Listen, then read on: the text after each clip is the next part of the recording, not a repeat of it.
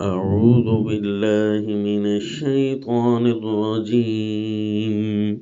بسم الله الرحمن الرحيم. ألم نشرح لك صدرك ووضعنا عنك وزرك الذي أنقض ظهرك ورفعنا لك ذكرك فإن مع العسر يسرا إن مع العسر يسرا فإذا فرغت فانصب وإلى ربك فارغب. وصلی اللہ علی النبی الکریم. سورہ نشرح، اس سورت کا تعارف ہے التیسیرات الالہیہ. سورۃ الضحیٰ کا تعارف تھا الترحیبات الالہیہ، یعنی اللہ کی رحمت کی طرف سے خوش آمدید کہنا کن لوگوں کے لیے ہوتا ہے. اور اب سورہ الم نشرح میں تیسیرات الالہیہ ہے کہ اللہ اس کو اپنی رحمت میں مرحبا بھی کہیں گے اور اس کے لیے زندگی آسان بھی کریں گے. بظاہر زندگی میں اگر کوئی عسر آ جاتا ہے، مشکلات آ جاتی ہیں، تو اس ایک ایک مشکل پر اللہ دو دو فراخیاں اور آسانیاں نصیب فرمائیں گے، دو ڈبل.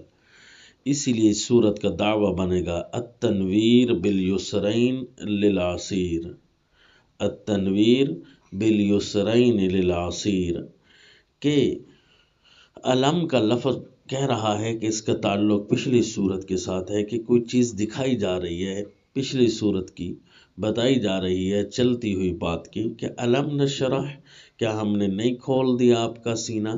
علم نشرح لک صدرک، یعنی شرح الصدر یہ اتنی بڑی رحمت ہے، اتنا بڑا انعام ہے کہ بڑے سے بڑے خوف کو بھی اندر جذب کر لیتا ہے، بڑے سے بڑے حزن کو بھی اندر جذب کر لیتا ہے. اس سے ہمت نہیں ٹوٹتی، اس سے کمر نہیں ٹوٹتی. الذی انقض ظہرک، جس سے بعض اوقات بندے کی کمر ٹوٹ جاتی ہے، تھک ہار کر بیٹھ جاتا ہے، کسی کام کی طاقت نہیں پڑتی، کہ غم، الم، حزن، خوف، شدت ایسی آئی ہے، وہ اس وقت شرح صدر کی ضرورت ہوتی ہے. اللہ کریم اگر سینہ فراخ کر دے تو بڑی سے بڑی چیز بھی کوئی کسی کو کچھ ہلا نہیں سکتی.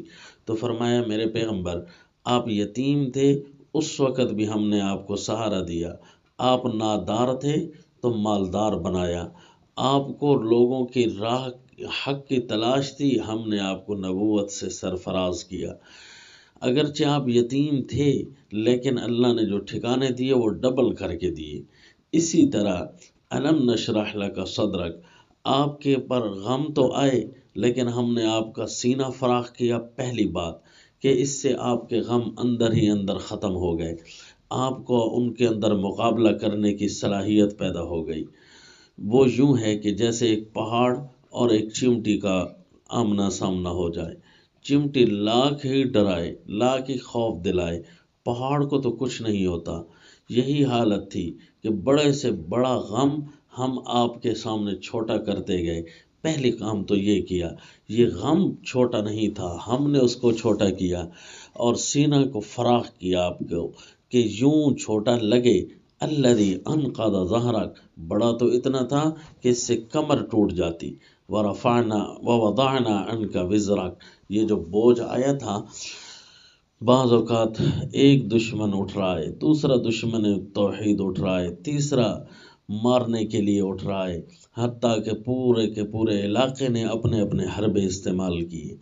اگر اتنے بڑے غم پھر ہم نے آپ کے سامنے یہ دھندلے کر دیے، آپ کا سینہ فراخ کر دیے. یہ ایک کام کیا، لیکن ایک مشکل کے لیے ڈبل آسانیاں تھیں نا، کہ ان مع العسر یسرا، ان مع العسر یسرا. جب معرفہ دو دفعہ آئے تو اس سے چیز ایک ہی مراد ہوتی ہے۔ اس عسر کا لفظ معرفہ ہے تو ایک ہی چیز مراد ہے، یعنی ایک ہی غم، ایک ہی مشکل، اور نکرہ جب دو دفعہ اس سے دو دو چیزیں مراد ہوتی ہیں، ایک غم کے ساتھ ایک یسر، پھر اسی غم کے ساتھ دوسرا یسر، یعنی ایک غم کے ساتھ دو دو خوشیاں آئیں نا، وہ آپ کے اس پہلے غم کے ساتھ یہ خوشی آ جاتی کہ اللہ آپ کے سینے کو فراخ کر دیتا، غم جذب ہو جاتا، اور دوسرا ایک بڑے سے بڑا تحفہ صحابی کی شکل میں آپ کو مل جاتا، بڑے سے بڑا تحفہ کتاب اللہ کی نئی وحی کی صورت میں آپ کے نظر آ جاتا۔ پھر اللہ کی طرف سے اعزازات اور اکرامات اس کے علاوہ تھے، دین کو بھی اللہ نے بلندیوں پر فائز کیا، آپ کی دنیا کو بھی بلندی پر فائز کیا، آپ کے نام کو بھی بلندی پر فائز کیا۔ وَرَفَعْنَا لَكَ ذِكْرَكَ، جب آپ کا ذکر ہی بلند ہوا، ہر شے پر غالب آیا، ہر دشمن کے سامنے بھی غالب آ گیا، ہر اپنے کے سامنے بھی کتاب اللہ کے ساتھ ساتھ رسول اللہ کا تذکرہ چل رہا ہے، تو پھر میرے پیغمبر آپ کا کام یہی ہے کہ تیسیرات بڑھتی جائیں اور آپ کے عبادت میں نمبر تیز ہوتے جائیں۔ فَإِذَا فَرَغْتَ فَانْصَبْ، جیسے ہی آپ اپنے فرائض سے فارغ ہوں تو فَانْصَبْ، تو آپ نصب ہو جائیں، اپنی ضروریات سے فارغ ہو گئے، نصب ہو جائیں اللہ کی عبادت کے لیے۔ کوئی لمحہ ایسا نہ ہو جس سے یہ لگتا ہو کہ بھائی یہ تو فضول جا رہا ہے۔ امام الانبیاء صلی اللہ علیہ وسلم کا کوئی لمحہ ایسا نہیں تھا، پیارے صحابہ اکرام جو شاگردان نبوت تھے، ان کا کوئی لمحہ ایسا نہیں تھا جس پر بندہ نعوذ باللہ اعتراض کر سکتا کہ یہ لمحہ تو ضائع چلا گیا، اللہ یعوذ باللہ۔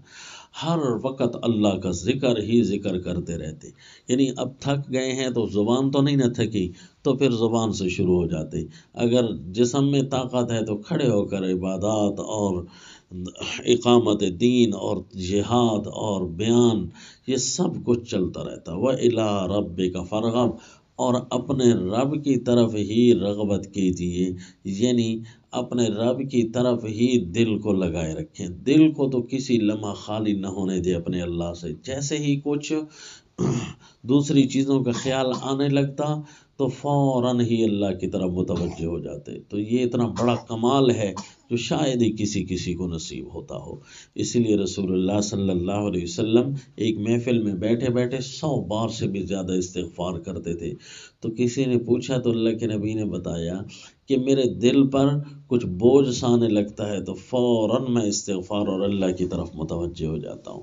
حالانکہ وہ تو امام الانبیاء صلی اللہ علیہ وسلم ہیں، ان کے کمالات تو بہت اعلیٰ ہیں، پتہ نہیں وہ کس اعلیٰ کمال کی باتیں کر رہے ہیں۔